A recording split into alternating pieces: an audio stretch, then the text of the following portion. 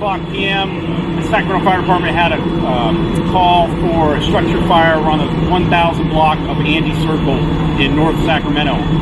Upon arrival, they reported heavy fire from the mustard-colored structure that's directly behind me. The first arriving company did an aggressive fire attack. They quickly cleared the structure of any victims, and it's been determined that no one was home at the time of the fire. But one of the problems that they encountered upon arrival was both structures to the left and the right were being heavily impacted by fire. They called for a second alarm assignment. Additional crews responded. Both of those structures suffered attic fires as well as extensive exterior damage. But the bulk of the fire and damage occurred in the middle home, which is the mustard color home behind me. No victims were encountered. No civilians were injured during the course of this firefight. One firefighter has been transported to trauma hospital, but with very, very minor burns to the hands. That firefighter is expected to recover fully.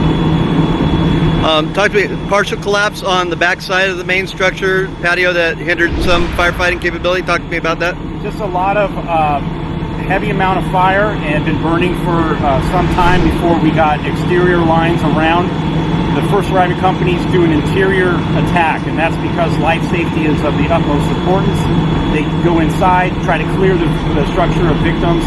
In the meanwhile, they are awaiting a secondary line to attack the fire on the outside. The fire was building on the outside.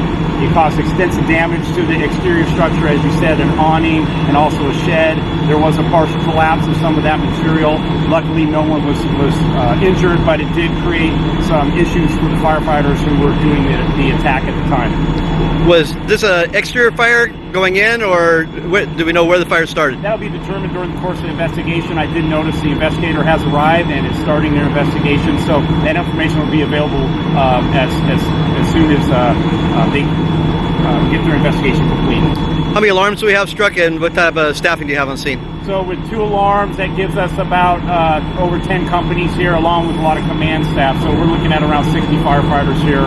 We had a couple of medic units assigned as well. So a lot of firefighters, but it's abnormal during the day to have several structures on fire like this. In the middle of the day, usually people will see smoke early, get it reported early. We get a lot of people on scene quickly, but this one had a chance to grow.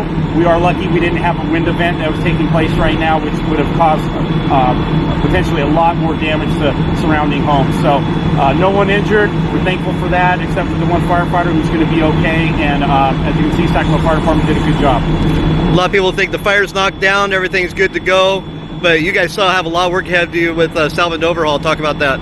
Yeah, with salvage and overhaul, it's going to be some time. They're going to be rotating crews out. One of the main things that is of a concern for our department during the high heat like this, and we're on scene doing salvage and recovery, is to make sure the guys get a chance to rehab. So they'll rotate them out, get them with their coats off, cooled down, so as to not have any sort of heat-related illnesses for our firefighters.